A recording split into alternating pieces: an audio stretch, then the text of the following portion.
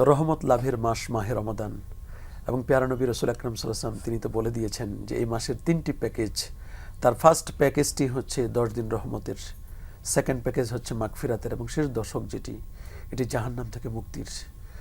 আপনি যদি আমাদেরকে একটু বলেন যে কিভাবে আমরা আল্লাহ পাকের স্পেশাল রহমতগুলো লুফে নিতে পারি, এমন কি কি ওয়ে আছে, এমন কি কি আমল আছে, সেই আমলগুলো যদি ধারাবাহিকভাবে কোরআন এবং সুন্নাহর আলোকে বলতেন প্লিজ। শুকরান। আলহামদুলিল্লাহ ওয়াসসালাতু ওয়াসসালামু আলা রাসূলিল্লাহ বাদ। অত্যন্ত প্রাসঙ্গিক একটি বিষয় এবং বারাকাপূর্ণ একটি বিষয় রমাদান। আমরা জানি যে রমাদান শাহরুল কোরআন, শাহরুল কিয়াম ওয়া সিয়াম, শাহরুল সাদাকাত, শাহরুল মুওয়াসাত, শাহরুল বিররি ওয়াল ইহসান ওয়া শাহরুল মুওয়াসাত। মাশাআল্লাহ। আর আপনি যেভাবে শুরু করেছেন আউয়ালুহু রাহমাহ ওয়া আওসাতুহু মাগফিরা ওয়া আখিরুহু ইতকু মিনান নার, প্রথম 10 দিন রহমতের পয়গাম নিয়ে রমজান আগমন করেছে।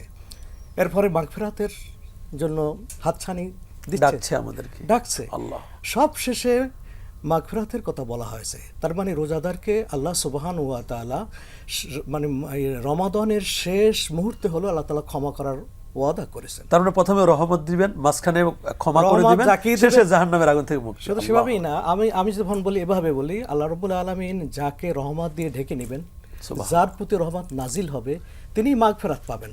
আর যিনি মাগফিরাত পাবেন তার জন্য অপেক্ষা করবে ইতকু মিনান নার, জাহান্নাম থেকে মুক্তির। মানে প্যারা নবী সাল্লাল্লাহু আলাইহি ওয়াসাল্লাম বলছেন যে উম্মতে মুহাম্মাদিকে শেষ মুহূর্তে হলো, শেষ ক্ষণে হলেও আল্লাহ তাআলা ক্ষমা করে দিবেন। সাহাবায়ে কেরাম জিজ্ঞাসা করলেন আহিয়া লাইলাতুল কদর? আল্লাহ বলছে যে না, সেটা লাইলাতুল কদর না, সেটা হলো যখন কোনো আমেল মানে কোনো শ্রমিক যখন কাজ করে তখন তার প্রতিদান কখন দেওয়া হয়? যখন তার কাজ শেষ করে। তেমনিভাবে রমাদান রোজা যারা রাখবে তাদেরকে আল্লাহ রাব্বুল আলামিন সেই পুরস্কার তাকে দান করবেন। মোহতারাম, আপনি বলতেছিলেন যে কিভাবে আমরা এটার প্রস্তুতি গ্রহণ করব। আপনি জানেন, আপনার মাধ্যমে জানাতে চাচ্ছি, যখনই প্যারা নবী সাল্লাল্লাহু আলাইহি ওয়াসাল্লাম যখন রমজান আসতো তখন তিনি কি বলতেন? লাকাদ আযাল্লাকুম শাহরুন আযীমুন কারীমুন মুবারাক। সুবহানাল্লাহ। এবং এজন্য এই তওবার বিষয়টি নিয়ে আসা হয়েছে, মানে তওবা করে সাফ হয়ে পরিপূর্ণ হয়ে আল্লাহর রহমতের প্রত্যাশী তাকে হতে হবে। যদি এবং সর্বপ্রথম যেটা দরকার, নিয়াত দরকার, যে রমজান মাস আসছে আমি নিয়াত করব যে আমি কোনো তারাবি মিস করব না, আমি কোরআনে কারীম যথারীতি যেভাবে পড়া দরকার সেভাবে আমি তেলাওয়াত করব, আমি তারাবি কোনোভাবেই মিস করব না।